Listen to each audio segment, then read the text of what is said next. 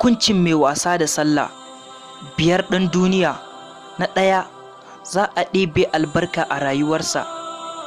Na 2, za a gusar da kama ta mutanen ƙwarai a fuskarsa.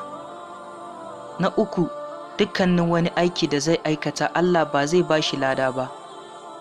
Na 4, ba za a ɗaukaka addu'arsa zuwa sama ba. Na 5, baya daga cikin addu'ar salihan bayi. Uquba 3 lokacin mutuwarsa ita ce: na 1, zai mutu matsiyaci. Na 2, zai mutu yana jin yunwa. Na 3, zai mutu yana jin kishi, kuma koda za a bashi ruwan ƙoramin duniyar nan ba zai masa maganin kishin ba. Uquba 3 a cikin kabarinsa ita ce: na 1, za a ƙuntata masa kabarinsa har sai haƙarƙarinsa ya haɗa da ɗayan ɓarin haƙarƙarin. Na 2, za a saka masa garwashin wuta a cikin kabarinsa, ya ta juyawa a ciki dare da rana. Na 3, za a saka masa wata maciji a cikin kabarinsa mai suna Shuju'ul Aqra'u.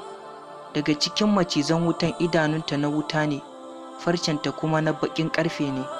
Tsawon farcenta ɗaya tsawon tafiyar wuni ɗaya ne.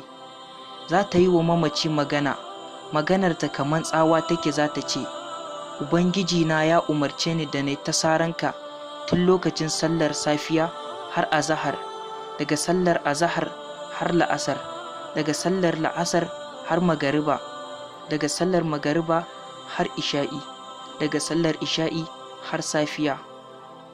Duk sara ɗaya zai nutsa cikin ƙasa ana yi mai azaba, ba zai gushe ana yi mai azaba ba har tashin alƙiyama. Uquba 3 lokacin fitowarsa daga kabarinsa ita ce: na 1, hisabi mai tsanani. Na 2, fushin Ubangiji. Na 3, shiga wuta. Inna lillahi wa inna ilaihi raji'un. Allah ya ba mu ikon kiyaye sallah. Don Allah ka daure ka tura ma 'yan uwanka domin su amfana. Ka sani manzon Allah sallallahu alaihi wasallam ya ce, duk wanda ya shiryu ta dalilinka ya fi a baka jajayen raƙuma. Kar ka gaji wajen yi wa addininka hidima, kamar yadda aka tura ma kai ma ka tura ma wasu su amfana. Na gode, bisalam.